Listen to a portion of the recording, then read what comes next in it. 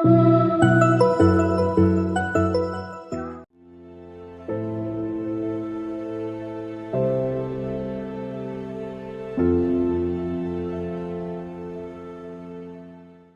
प्रभु का धन्यवाद देता हूँ। आए हुए सबों को प्रभु आशीष दे। मेरी ओर से प्यार भरा नमस्कार। आज नेटवर्क का बहुत ज्यादा प्रॉब्लम है। प्रार्थना के साथ बैठे ताकि मेरा संदेश प्रभु में सुनाए। आज मेरा मनन का विषय है भजन संगीता 14। पिछले सत्र में भजन संगीता 13 हमने देखा है। सहायता के लिए प्रभु से प्रार्थना, और कब तक उस भजन में से हम काफी बातें सीखा है। आज हम जाएंगे भजन 14। दाऊद का भजन है। प्रधान बजाने वाले के लिए दाऊद का भजन। इस भजन का कुछ खासियत मैं बताना चाहता हूं। कुल मिला के 7 आयत है। छोटा सा भजन है। दाऊद के द्वारा लिखी गई भजन है। और एक और विशेषता यह है, भजन संगीत 14 और भजन संगीत 53 ये दोनों एक जैसा भजन है। भजन संगीत 53 का जो 5वां आयत में थोड़ा सा फर्क है, बाकी सब एक जैसा है। उसके ऊपर शीर्षक में भी थोड़ा सा फर्क है। यहाँ पर शीर्षक लिखा है प्रधान बजाने वाले के लिए दाऊद का भजन। भजन संगीत 53 के ऊपर लिखा है मस्किल, दाऊद का एक मस्किल लिखा है। इसका अलावा और कोई फर्क इस भजन में नहीं।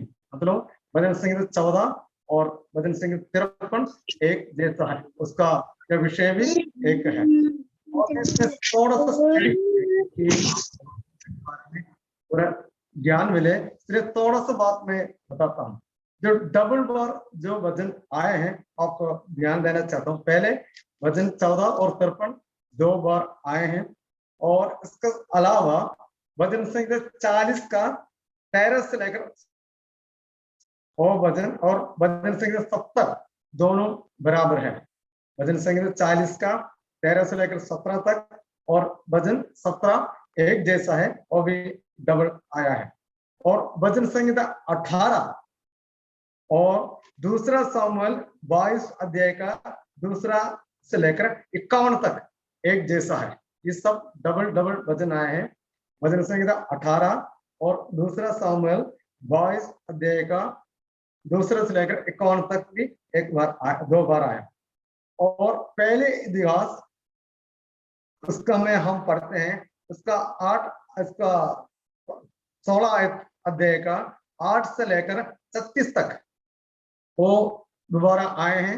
भजन संगीता 105 का 1 से लेकर 15 तक, भजन 96 का 1 से लेकर 13 तक, भजन 106 का 1, 47 और 48 ये डबल आया हुआ है। ये सारा भजन प्रभु का वचन में डबल आया है। एक और जो उत्साहजनक बात यह है, हम सब लोग जानते हैं योना भविष्यवक्ता। योना प्रभु का भक्त एक भविष्यवक्ता था, लेकिन कुछ समय उसने क्या किया, प्रभु का आगे को उल्लंघन करके और उल्टा दिशा में चला गया। और जिस जहाज पर योना था, बहुत बड़ा आंधी तूफान आया, लेकिन आखिरी में योना नबी को जो समुद्र में फेंक दिया गया। तभी उस समुद्र में जाने के बाद बहुत बड़ा एक मगरमच्छ उसको निगल दिया। मगरमच्छ निकलने के बाद उस मगरमच्छ का अंदर से योना ने एक प्रार्थना की। योना की किताब 2 अध्याय में हम योना का प्रार्थना का बारे पढ़ते हैं। यदि आप ध्यान से उसका एक शब्द पढ़े तो योना का सारा प्रार्थना का अधिकतर भजन संगीता से था। मतलब भजन संगीता में जो बातें लिखा है वो सारी बात को दोहरा रहे थे।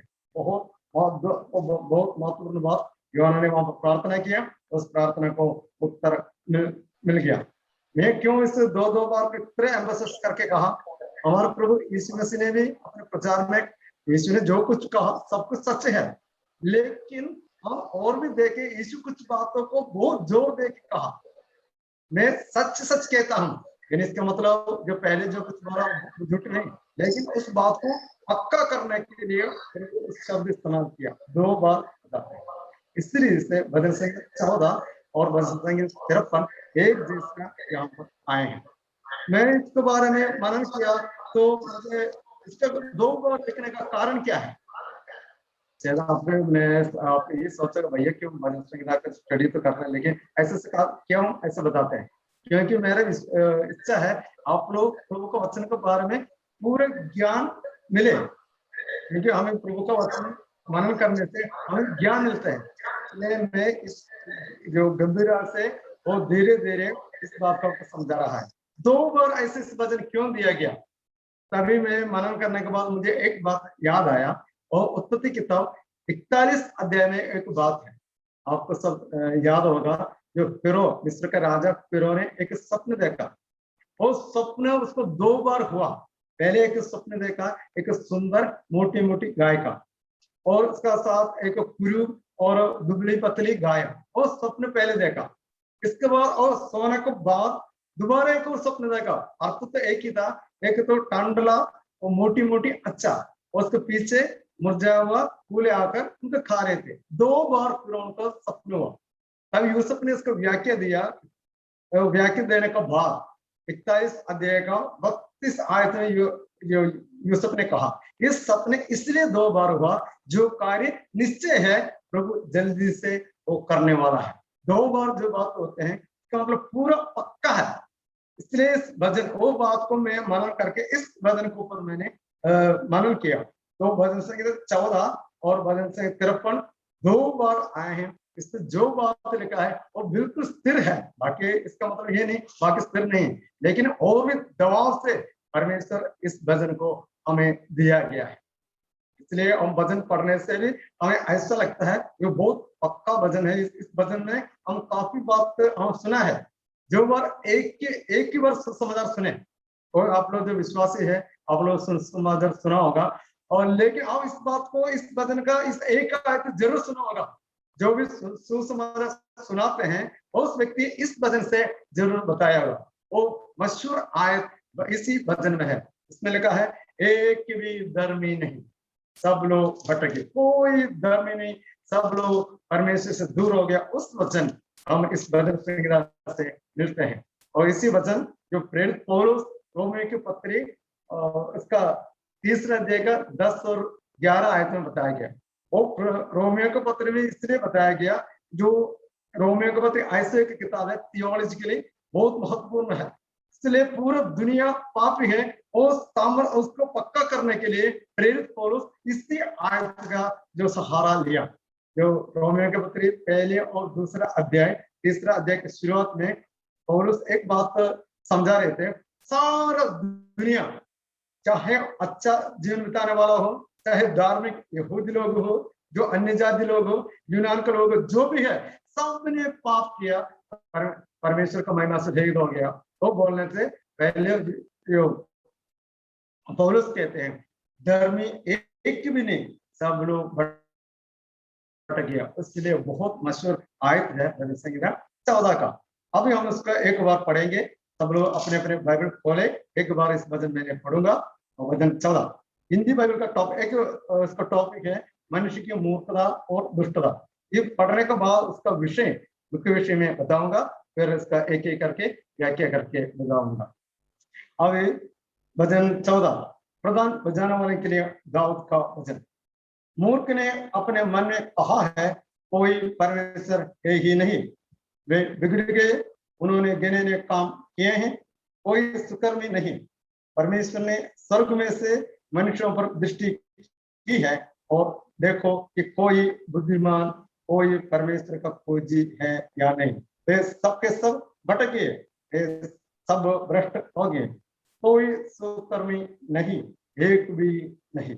क्या किसी अनर्थकारी को कुछ ज्ञान नहीं रहता, जो मेरे लोगों को ऐसे खा जाते हैं जैसा रोटी और परमेश्वर का नाम नहीं लेता। वहां उन पर भय छा गया, क्योंकि परमेश्वर धर्मी लोगों के बीच में निरंतर रहता है। तुम तो दीन की युक्तियों की हंसी उड़ाते हो, परंतु यहोवा उसका शरण स्थान है। बना होता कि इस्राएल का उद्धार सिय्योन से प्रकट होता।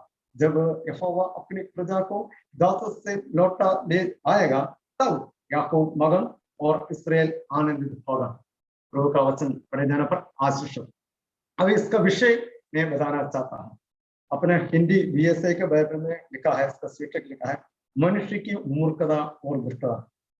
बिल्कुल सही है, जो बात में हम समझ में आएगा और इंसान क्यों मूर्ख बन गया, मैं इंसान का दुष्टता इस वजन जरूर बताते हैं।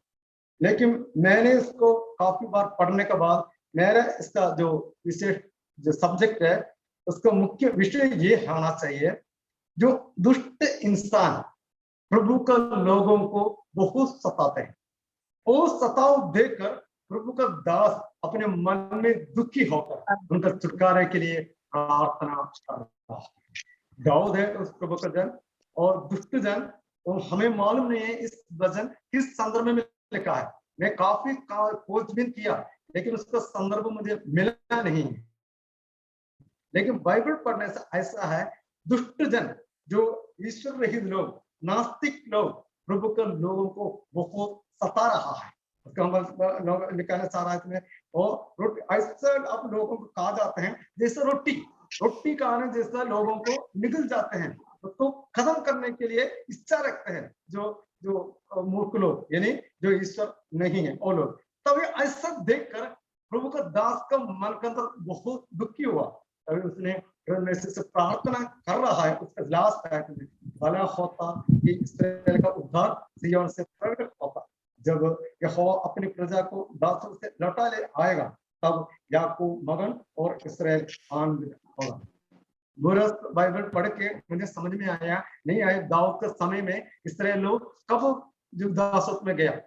लेकिन इस वचन ऐसा भी बताते हैं, भविष्य की ओर बताते हैं, भविष्य में इस्राएलियों के ऊपर अत्याचार आ जाएगा, तभी इस्राएल लोग अब मन का चाहते रहते हैं हमारा छुटकारा सिय्योन से आए। एक भक्त का दिल की इच्छा है अपना प्रभु लोगों के लिए छुटकारे के लिए। ये है उसका मुख्य सब्जेक्ट। पता नहीं किस संदर्भ में इस बात हुआ, लेकिन ऐसा शायद नहीं भी हुआ होगा, क्योंकि दाऊद भविष्यवक्ता था और दाऊद ने ऐसे भविष्यवाणी किया होगा।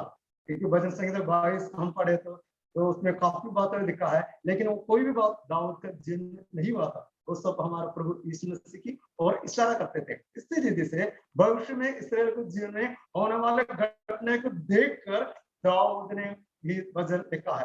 प्रभु का लोग दुख में है, लोग प्रभु के लोगों को लोग सता रहा है, इसलिए दिल से और चाहते रखते हैं प्रभु के लोगों को छुटकारा दे। यह है इसका मुख्य विषय। अभी पहले आयत हम देखेंगे, मूर्ख ने अपने मन में कहा है कोई परमेश्वर है ही नहीं, बिगड़ गए उन्होंने जिन्होंने काम किए कोई सुकर्मी नहीं है। यहाँ पर बताते हैं मूर्ख अपने मन में कहते हैं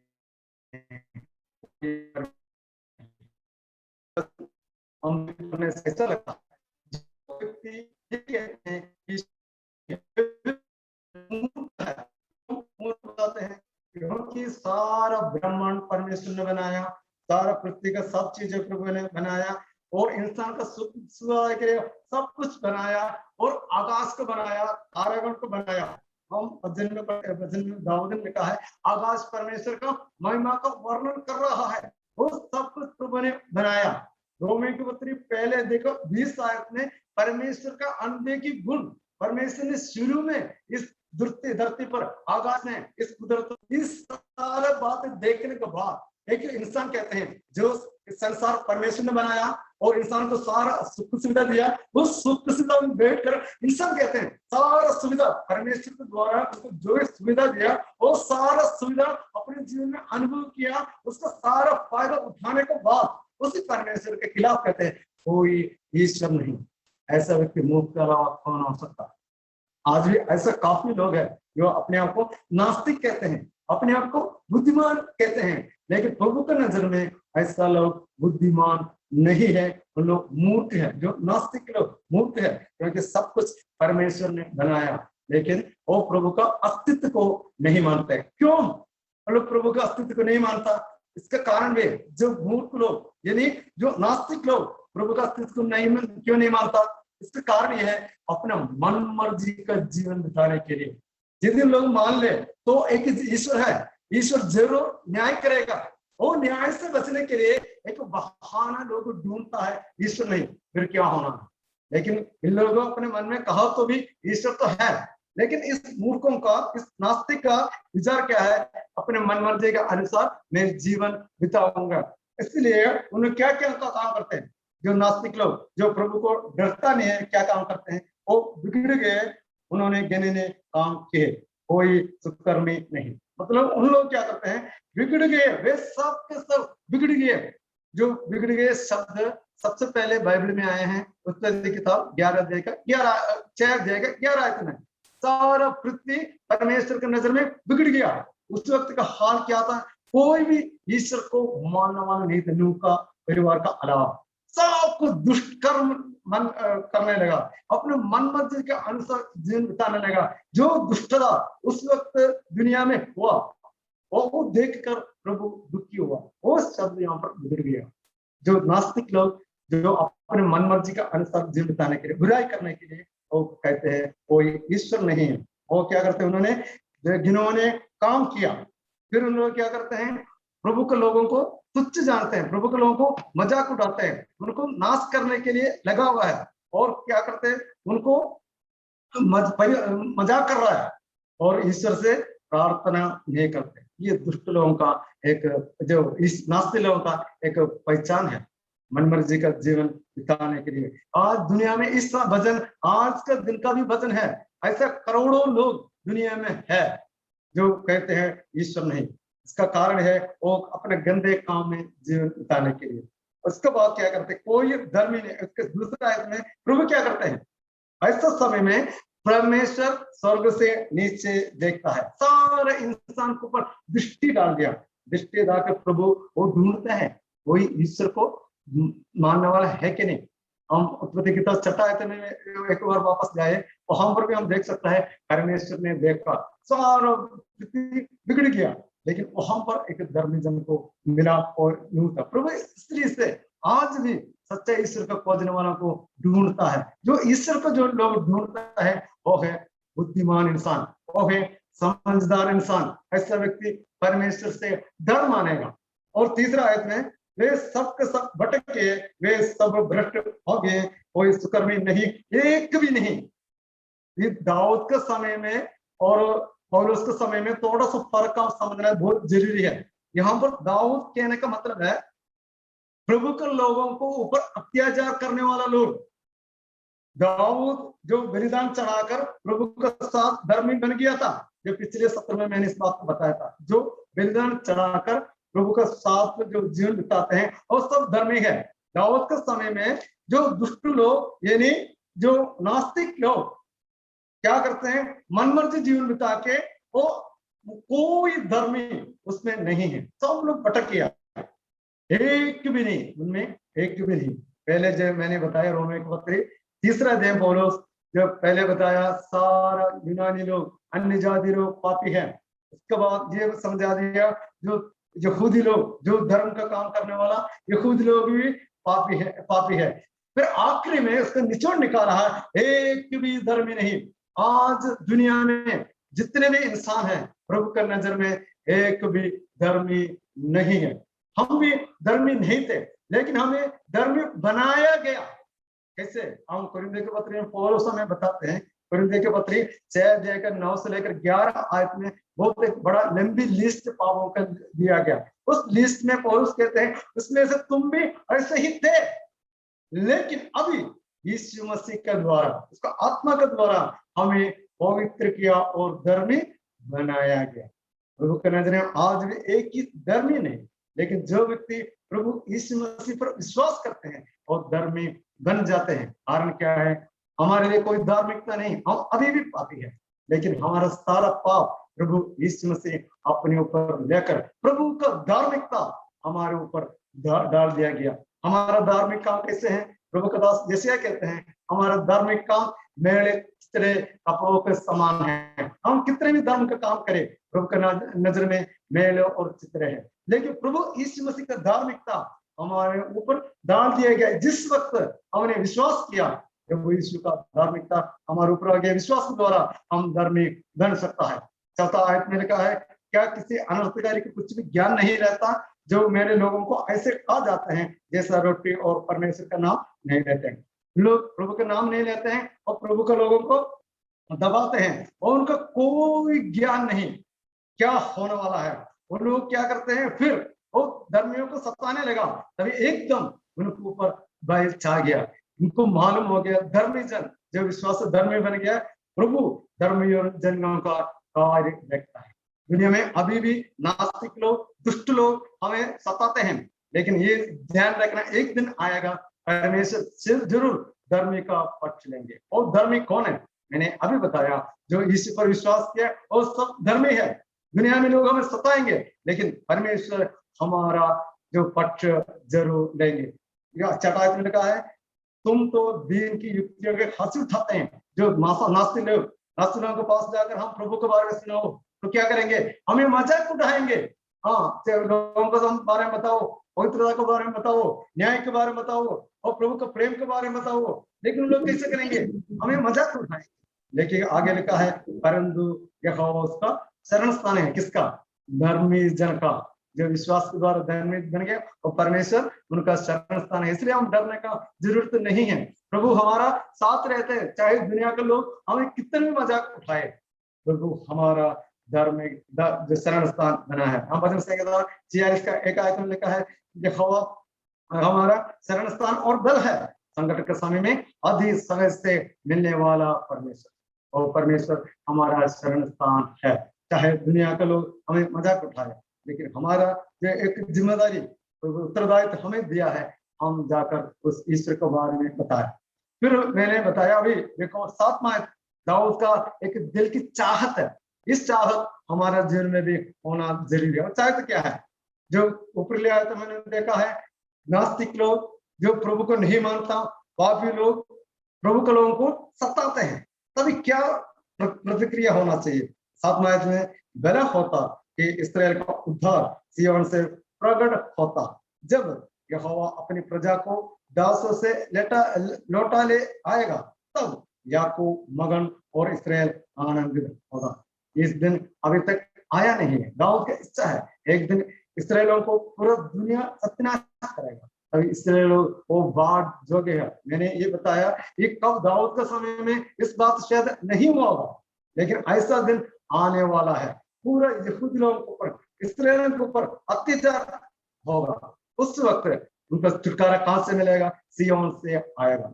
सिय्योन क्या है? दूसरा वचन जब हमने पढ़ा है, वहां पर परमेश्वर ने क्या कहा? सिय्योन का कहा, सिय्योन में मैं मेरा राजा को नियुक्त किया है। इस्राएल का छुटकारा सिय्योन से आएगा। उनके लिए राजा है, वो राजा है हमारा प्रभु यीशु मसीह। यीशु का दोबारा आने के बारे में इस बातों को यहाँ पर बताते हैं। भला होता इस तरह का उद्धार सिय्योन से प्रकट होते हैं। जरूर दाऊद को उस वक्त इच्छा था सिय्योन से उनको प्रकट हो, लेकिन प्रभु का धन्यवाद हो, हमारा पास पूरा वचन मिला।